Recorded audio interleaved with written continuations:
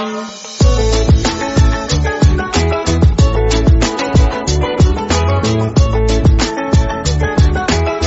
The lord. ప్రభు అయిన యేసుక్రీస్తు వారు ఈరోజు మనకు అందిస్తున్నటువంటి వాగ్దానం నెహెమ్యా 13వ అధ్యాయం 31వ వచనం.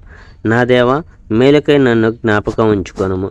అయితే నేను ఆ వ్యాపారస్తుల్ని, చిల్లర వర్తకుల్ని రాత్రిపూట ద్వారం ముందర గడపవద్దు, మీరు మరోసారి అలా చేస్తే మిమ్మల్ని పట్టుకుంటాను అని హెచ్చరించాను. దానితో అప్పటి నుంచి వాళ్ళు తమ సరుకులు అమ్ముకునేందుకు సబ్బాతు రోజున మళ్ళీ రాలేదు.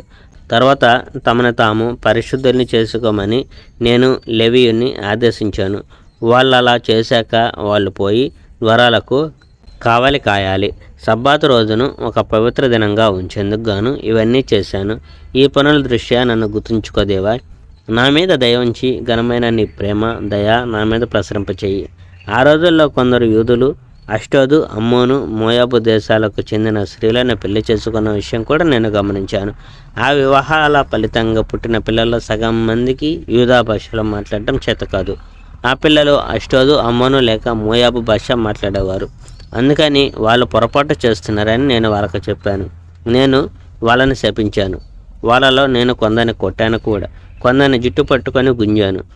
వాళ్ళ చేత నేను బలవంతాన దేవుని సాక్షిగా ప్రమాణం చేయించాను.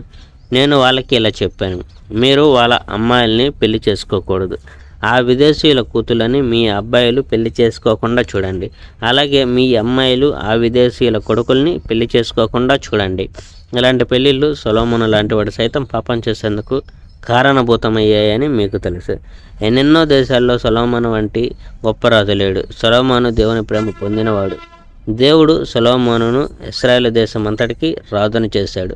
అలాంటి సొలొమోను సైతం విదేశీ స్త్రీల మూలంగా పాపం చేయవలసి వచ్చింది. మరి ఇప్పుడు మీరు కూడా అలాంటి ఘోర పాపమే చేస్తున్నట్టు వింటున్నాం.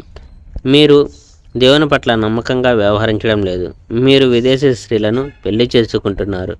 యెహూదా ప్రధాన యాజకుడైన ఎల్యాషీబు కొడుకు, యెహూదా కొడుకుల్లో ఒకడు, హోసాను వాసి అయిన సన్బట్లటుకి అల్లుడు. నేను అతని చోటు విడిచిపెట్టేలా చేశాను. నేను అతను పారిపోయేలా కట్టడి చేశాను. ఓ నా దేవా, నువ్వు వాళ్ళని శిక్షించు. వాళ్ళు యాజకత్వాన్ని అపవిత్రం చేశారు. అదేదో అంత ముఖ్యం కానట్టు వాళ్ళు వ్యవహరించారు. యాజకుల్లోనూ లేవీలతోనూ నువ్వు చేసుకున్న ఒడంబడికను వాళ్ళు పాటించలేదు. అందుకని నేను ఆ యాజకులను, లేవీలను శుచులునుగా, పరిశుద్ధులుగా చేశాను. నేను విదేశీయులందరినీ వాళ్ళు నేర్పిన వింత విషయాల్ని తొలగించాను. నేను లేవీయులకి, యాజకులకు వాళ్ళ అసలైన సొంత విధులను, బాధ్యతలను అప్పగించాను. జనం కట్టెల కానుకలను, తొలి ఫలాలను సరైన సమయంలో పట్టుకువచ్చేలా చూశాను. ఓ నా దేవా, నేను చేసిన ఈ మంచి పనుల దృష్ట్యా నన్ను గుర్తుంచుకో. Praise the Lord. May God bless our India.